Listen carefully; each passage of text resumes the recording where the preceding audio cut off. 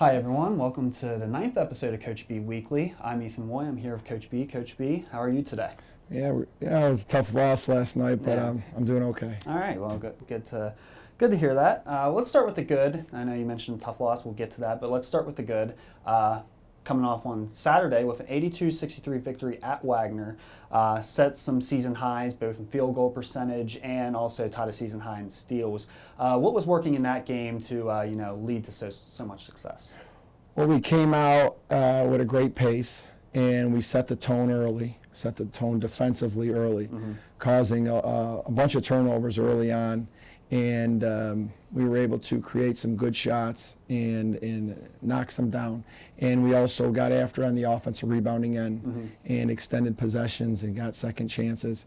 So early in the game, we set the tone, and as the game went on, we just kept playing at our pace and doing what we can do to create good looks by reading screens and playing together. And it was very uplifting to see how we can continue to build.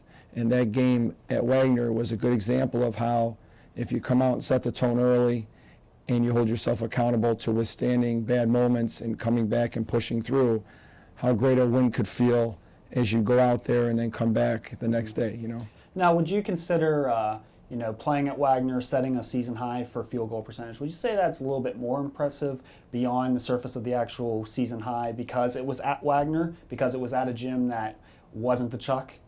Well, when you go on the road, as we talked about on our previous episodes, you either are a team that when you go on the road, you stay focused and you understand the challenges of what the road can bring, or you let the environment overwhelm you.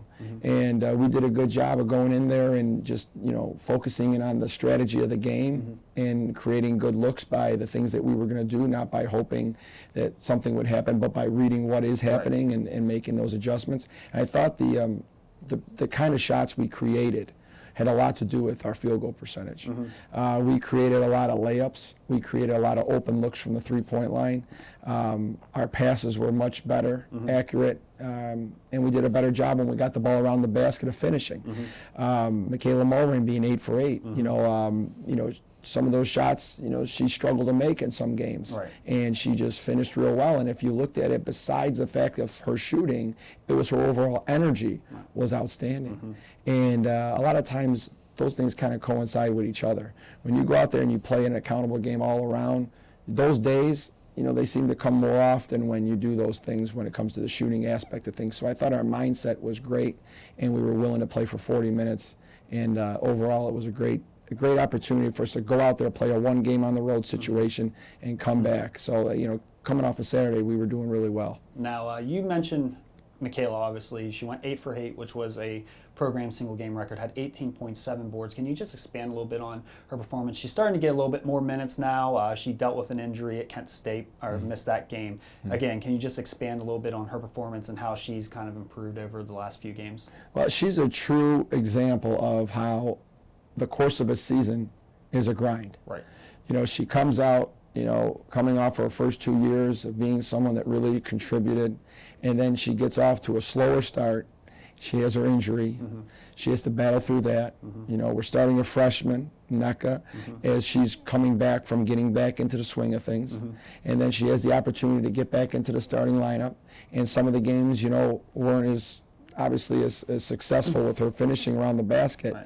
And then she comes out and has a game like that. This is a true example of, the grind of the season. You have to deal with the ups and the downs. And after Saturday, she was, someone that really hit a high. And, you got to keep yourself level and know that what did you do to get to that point? It wasn't just coming out there and making your shots. She was able to go out there and work really hard. She was all over the place. And I think that was a true product of, obviously experience again of, some players get into a rut and they stay in a rut for a long time. She battled with the injury, had some up and down performances, but has been able to push through and have a moment like that on Saturday, which hopefully is something that she'll grow from. Now, her classmate, Megan Smith, has been one of your most consistent players on offense, although she just went through a stretch of 3 games where she only scored 24 points. But these last 2 games, she's scored a combined 30 points and had 5 steals at Wagner. What's changed between that 3-game lull, a little bit of that, compared to this past weekend with her? It's funny because I could kind of see when you're saying lull, it's kind of like you're hesitant. It's Right. because, like, on some people's standards, some players, there wouldn't be a lull. You know, Right. you're putting in the work, you're averaging 6, 7 a game. But with her, as Megan comes out and gives you those performances where she scores more, and then you think, well, this is the standard. Right. You know, Megan has the ability to go inside and outside. And in some game plans that teams that are defending us, that really bothers them, and some of them really try to, you know, compensate for that with her, and it opens things up for other people. So, you know, when Megan goes out there, you know, she's obviously focusing on, you know, what is the best thing for us in that game. If it means for her to go more after it and score more and get the ball inside and go after them, she'll do that. If it's stepping out to the perimeter and shooting the 3, she'll do that for us. But she's willing to do the other things and taking the charges and getting the steals. I mean, she had 5 steals the other day. 5 steals on Saturday. That's a lot of steals for a Right. power forward. Oh, for sure. You know, she was getting on the floor and she was doing a great job of setting the tone that way. So you got to look at the whole aspect of things. Is I think, you know, the scoring has a lot to do with, a lot of times, with the way the game's being played. And she's done a good job of shooting it at a good percentage. So it's not like, you know, she's missing her shots a lot. She's doing a good job of taking good looks, and she's just letting the game really come to her more. And that's important for her. As a junior, you know, when you have your opportunities, you take it to them. Yeah. But when you don't force it. Right. I think she's doing a good job of that, and I think that's really reflecting more on the scoring than other things. Right. She's really just taking what's there, and she's stepping it up when she has to. I was going to say her shooting percentage is also reflecting that. She's shooting both 50% from the field and from behind the arc. I believe the only player in the NEC to do that, so pretty great. impressive season so far for her. Let's talk a little bit about Monday, the 70-55 loss to St. Francis. Bit of a slow start, seemed to find some fight in the 3rd and 4th quarters. What changed between the first and second half there? Well, we didn't come out ready to play. That is a definite. You know, I said that yesterday after the game, and I'll say that today. And I always tell them, Coach B is going to tell you the same thing the day after the game as he's going to tell you the next day or a year from now. We did not come ready to play. Right. St. Francis of PA plays a certain style, and it's a little unique. And, you know, they've had some games where they've given up an abundance of scoring, but you have to be ready to, you know, to play that style.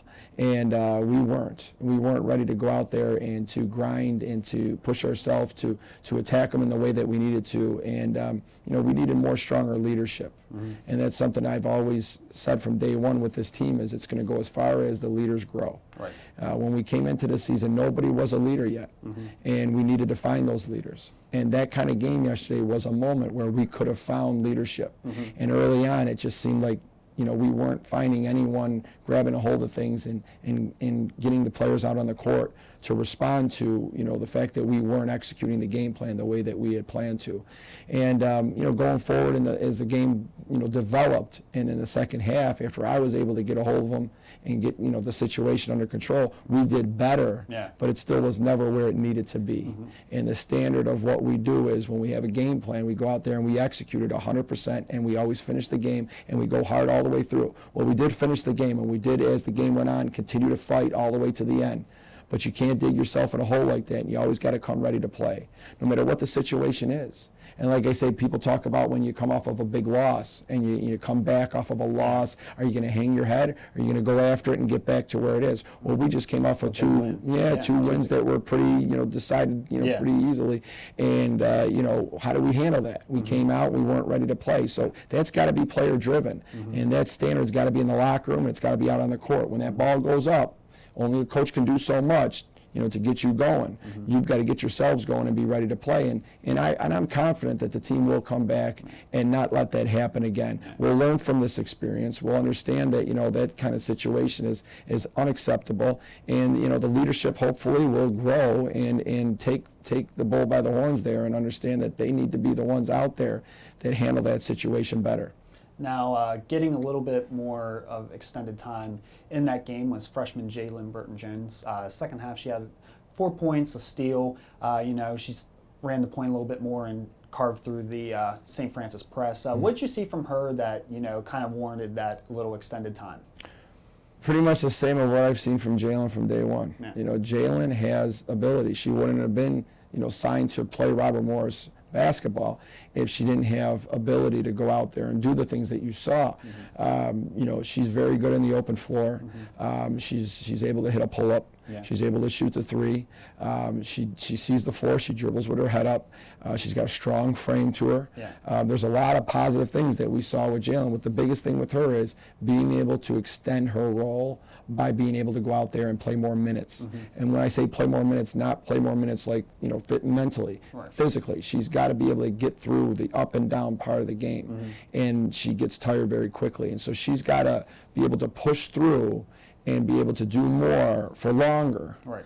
And if she's able to do that, then she could have more of a role. But right now, she's giving you that minute, that 2 minutes, and you can see the big drop off in energy. So we got to continue to get her motor better and continue to get her to grow when it comes to being able to go out there and to work through being tired and you make a sprint down the floor to get back on defense. Well, now you can't be done. You still need to be able to go out there, get the ball up the floor, make the pass, make the read, cut, defend the next time down, because that's the game of basketball. So that's what we're working on her right now with. But right now her role is elevated into where I put her in more in the first half now, where she can get out there. But right now she's only able to give you that little bit of time. Yeah. And we need to get her extended where she's able to go out there and play more minutes. And that's what we're working on with her. So everything was exactly what we've seen from her from day one at practice. She's always done those things. Now it's time to get her motor better, and that's going to come within herself. She's got to be able to push herself to work through those tired moments.